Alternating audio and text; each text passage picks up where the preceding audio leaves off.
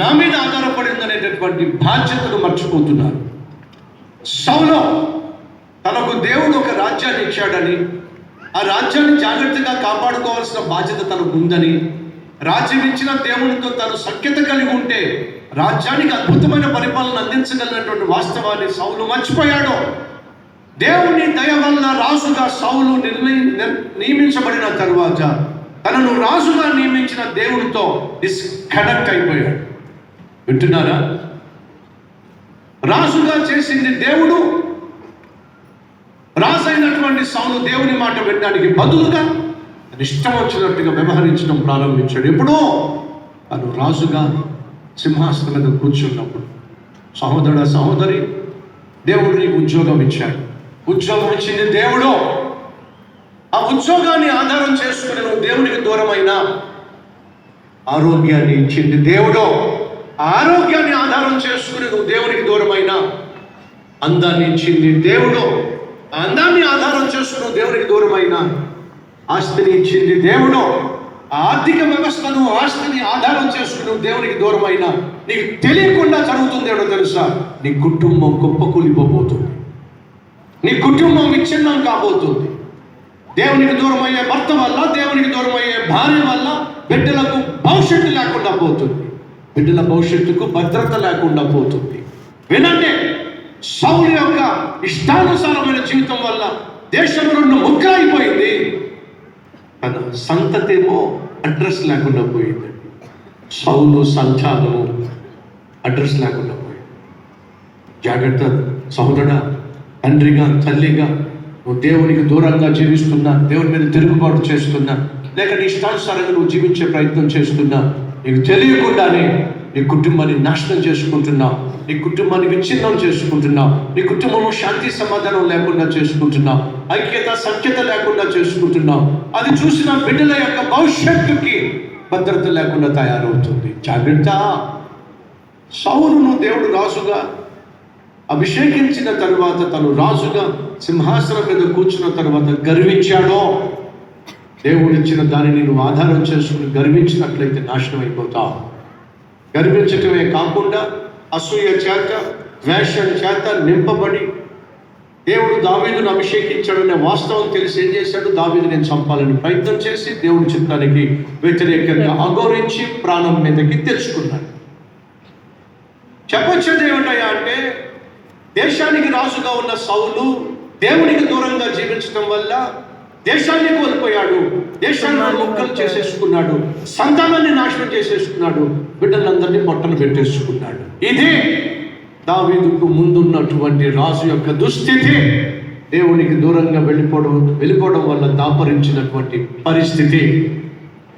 కానీ దావీదు సౌలు మార్గంలో వెళ్ళాలనుకోలేదు. ఆ మాట చదివిస్తానండి. 7వ అధ్యాయం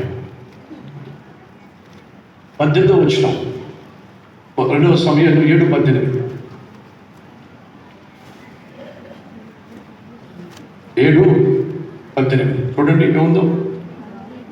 దావీదు రాజు లోపల ప్రవేశించి యెహోవా సన్నిధిని కూర్చుండి ఇలాగూ మనం చేశాను, నా ప్రభువా యెహోవా, ఇంతగా నీవు నన్ను హెచ్చించుటకు నేనెంతటి వాడను, నా కుటుంబము ఏ పాటిది. ఇదండి రాజుగా స్థిరపడిన తరువాత, దావీదు పేరెత్తిన, దావీదు ఊసెత్తిన, చుట్టూ ఉన్న దేశాలు భయపడి చస్తున్న తరువాత, దావీదుకి ఏ లోటు లేదు, ఆరోగ్యంలో లోటు లేదు, అందంలో లోటు లేదు, అధికారంలో లోటు లేదు, ఐశ్వర్యంలో లోటు లేదు, అన్నీ కూడా తనకు సమకూడి తన దగ్గరకు వచ్చి తనను స్థిరపరిచిన తరువాత దావీదు దేవుని దగ్గరికి వెళ్ళి పడి ఏడుస్తున్నాడు.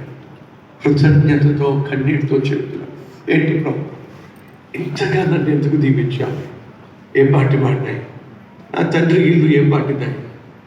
సహోదరి సహోదరులు, దేవుని చేత దీవించబడినప్పుడు కృతజ్ఞత మనలో హెచ్చు కావాలి. దేవుడిని ఎంతగా హెచ్చిస్తున్నాడో అంతగా నీలో కృతజ్ఞత కూడా హెచ్చించబడాలి. దేవుడిని ఎంతగా హెచ్చిస్తున్నాడో అంతగా నీలో దీనత్వం కూడా హెచ్చించబడాలి. పితృలు మనకు నేర్పించారు, ఎదిగే కొలది ఒదిగి ఉండమని చెప్పి మన ప్రభు సెలవిచ్చాడు. తనను తాను హెచ్చించుకుని వారిని దేవుడు ఏం చేస్తాడు? తగ్గించి పడేస్తాడు. తనను తాను తగ్గించుకుని వారిని దేవుడు ఏం చేస్తాడు? హెచ్చిస్తాడు. సౌలులో ఎప్పుడు తగ్గింపు తత్వం చూడలా, దావీదులో ఎప్పుడు గర్వం చూడలా, సౌలులో ఎప్పుడు దినత్వం చూడలా, కానీ దావీదులో సంపూర్ణ దినత్వాన్ని మనం చూస్తున్నాం. ముందుకెళ్తాం. దావీదు రాజ్యంలో, దావీదు చేతికి దేవుడు రాజ్యాన్ని ఇప్పించినప్పుడు ఏం జరిగిందో తెలుసా? సౌలు పాపిష్టి పరిపాలన వలన రాజ్యం 2 ముక్కలైంది. ఒకవైపు దావీదు యూదా రాజ్యాన్ని పరిపాలిస్తూ ఉంటే, సౌలు కుమారుడైనటువంటి వాడు ఇశ్రాయేల్ దేశాన్ని పరిపాలించాడు. జరిగింది ఏమిటి? సమిష్టిగా ఉన్న ఒక రాజ్యం కాస్త సౌలు యొక్క పాపిష్టి జీవితం వల్ల, పాపిష్టి పరిపాలన వల్ల రాజ్యం కాస్త 2 ముక్కలైంది. ఆ 2 ముక్కలైన ఆ రాజ్యాన్ని దావీదు ఏం చేశాడు? ఐక్యపరిచాడు, సమాధానపరిచాడు, ఒకటి చేశాడు.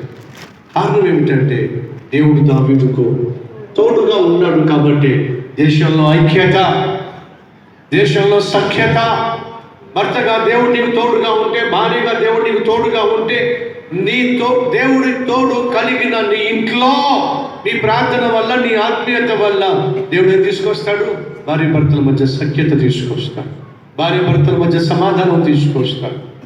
దేవుడు నాకు తోడుగా ఉన్నాడని చెప్పుకుంటున్న భర్త, దేవుడు నాకు తోడుగా ఉన్నాడని చెప్పుకుంటున్న భార్య ఇంట్లో సమాధానాన్ని, ఇంట్లో సంతోషాన్ని పంచిపెట్టకపోతే బహుశా నీకు దేవుడు తోడుగా లేడేమో. సమాధానపరచువారు ధన్యుల్లో ఏంటో చూద్దామండి. సమాధానపరచువారు ధన్యులంట, వారు దేవుని. చూద్దామండి 5వ అధ్యాయం మత్తయి సువార్త, అది అండర్లైన్ చేసుకోండి. ఎవరు సమాధానం పరుస్తారంట? 5వ అధ్యాయం చదువుతున్నా 9వ వచనం. సమాధానపరచువారు ధన్యులు, వారు దేవుని కుమారులు. అనగా నీ ఇంట్లో సమాధానం లేదు అని అంటే, నా భర్త వల్ల సమాధానం లేదు, నా భార్య వల్ల సమాధానం లేదు చెప్పి సింపుల్గా చెప్పేస్తాం. కానీ నీకు దేవుడు తోడుగా ఉన్నట్లయితే నీ ద్వారా నీ కుటుంబంలో సమాధానాన్ని దేవుడు తీసుకొచ్చే ప్రయత్నం చేస్తాడు. దావీదుతో దేవుడు తోడుగా ఉన్నాడు కాబట్టి విచ్ఛిన్నమైపోయిన, విడిపోయిన దేశంలో ఏమొచ్చిందో చెప్పండి? సమాధానం వచ్చింది, సఖ్యత వచ్చింది. విడిపోయిన రాజ్యం కాస్త కలిసిందే. ఈరోజు మన మధ్య ఎవరైనా ఉన్నారా? నేను దేవుని బిడ్డను, దేవుని కుమార్తెను, దేవుని కుమారుణ్ణి, కానీ నా భార్య విడాకులు ఇవ్వాలనుకుంటున్నా. ఏ మనిషి ఏం మాట్లాడుతున్నా? దేవుని బిడ్డను అంటున్నావు, దేవుని కుమార్తెను, కుమారుని అంటున్నావు, భార్య విడాకులు ఇవ్వాలనుకుంటున్నావా? ఎలా కుదురుతుంది అది? ఒకసారి వివాహం చేసుకున్నట్లయితే విడుదల కోరవద్దు. దేవుడు వివాహం జరిగినటువంటి నీ కుటుంబంలో వచ్చినటువంటి విభేదాలను సమాధి చేసి మీ మధ్య సమాధానం ఇవ్వడానికి ఆయన చాలిన దేవుడు. సమాధానకర్త. సమాధానం లేని చోట సమాధానాన్ని సృష్టించగలిగిన మహాదేవుడు నేను ప్రకటిస్తున్న ప్రభు అయిన యేసుక్రీస్తు. ఆ సమాధానం ఎవరి ద్వారా సృష్టిస్తాడయ్యా అంటే, తనకు దగ్గరగా ఉన్నటువంటి తన కుమారుడైన నీ ద్వారా, కుమార్తెమైన నీ ద్వారా. దావీదు రాజు కాక మునుపు సౌలు